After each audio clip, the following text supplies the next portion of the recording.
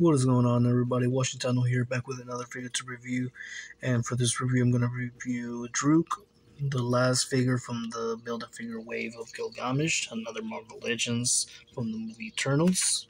In the corner there, you can see this Build-A-Figure Gilgamesh, Joking Hazards, and the bottom of the top of the box is the Eternals. Front of the box is the Marvel Legends. The bottom part is the logo Eternals, named Druig, Hasbro. And in front of the box, you have the bigger figure exposed, with the accessories and the Build-A-Figure piece. And on the side of the box, the promotional picture of the character with the Eternals logo. Also, the same thing as well on the other side. The bottom part of the box, you see the licensing and the barcode. In the back of the box, you see the promotional picture of the character, and with the Marvel Legends series logo, the name Druig. And if you want to pause it and read it, feel free if you like. It talks about how he uses his cosmic powers, which is mind controlling, and sometimes you can't tell if he's a friend or foe. And the aspect of this guy, to me, he's a bad guy. Or maybe he's turning or going to turn into a bad guy. Yeah, you can just tell, your instincts. And if you haven't seen the movie of Eternals, well, I'm not going to spoil it for you. And last, list of all the Build-A-Figure characters of the wave: Gilgamesh, from Icarus to Druig, and Makari through Druig for the Build-A-Figure piece, which is Gilgamesh. And the bottom part is just the Marvel logo with the Hasbro logo too. So yeah, let's get him off this box and have a closer look at him. Okay, here we have the figure. And we can start with a measurement tape. He measures 6 inches and a half, which turns him to be 16 centimeters. And yeah, this is Druig, played by the actor Barry Keoghan. He obviously had appeared in the Batman, Robert Pattinson's Batman, and he also has been in Dunkirk.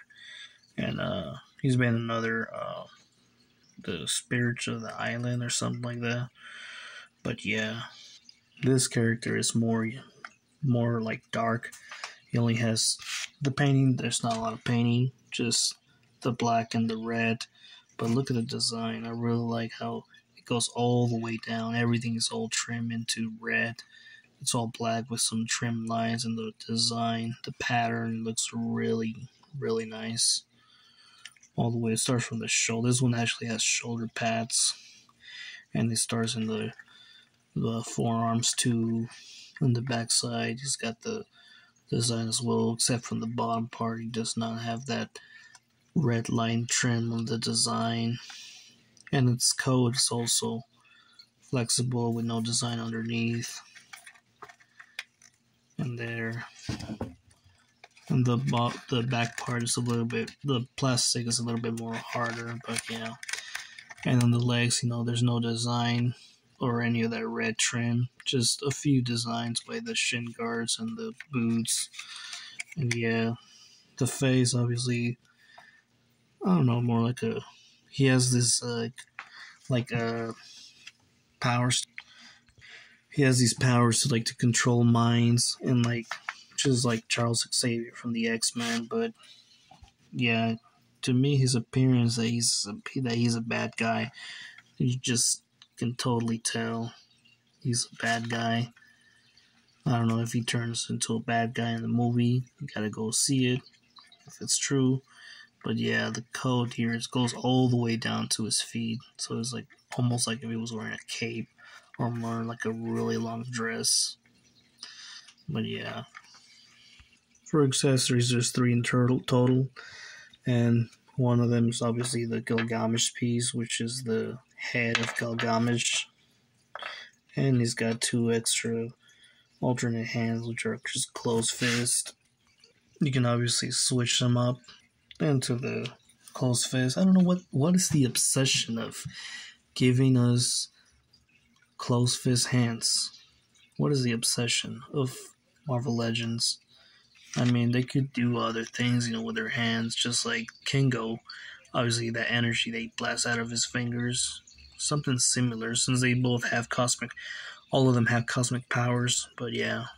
For articulation, obviously his head is on the big ball peg, so turn all the way around, full 360. You can pivot side to side. For looking down about this much, looking up, really good range. And the shoulder pads, this really fucking sucks. The shoulder pads limit. There's no arm extension due to these damn shoulder pads, but he does have rotation, full rotation on the arms. He cannot extend them, obviously. And obviously the swivel on the bicep also, like, the shoulder pads really get in the way, which is something annoying. I don't know why the hell they could just remove it, but it's just a piece that's just going to be with this gap here, so I just don't know what were they thinking of giving us this shoulder pads and just going to limit the articulation of the figure. So yeah, these shoulder pads are like not too useful.